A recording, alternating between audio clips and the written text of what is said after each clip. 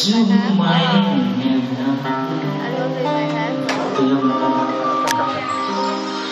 bàn tay em nắm ngó anh dù nắng trên mùa lá xanh ngón tay em gầy nên mắt giữ thật ngàn năm thôi đi em mưa xuôi em lù ôi em đến lù ôm chọn đời nuôi chọn người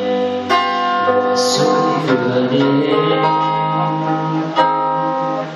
nên mãi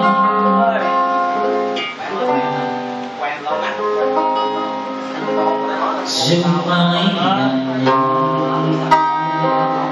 cơn sương mỏng bàn tay em nắm ngón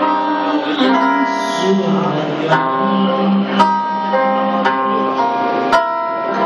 sẽ quên giá em trôi dài trôi mãi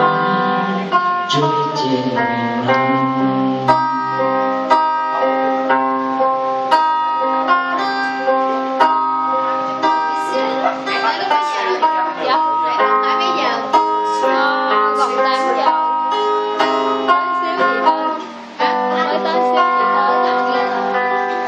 Dù mãi ngàn năm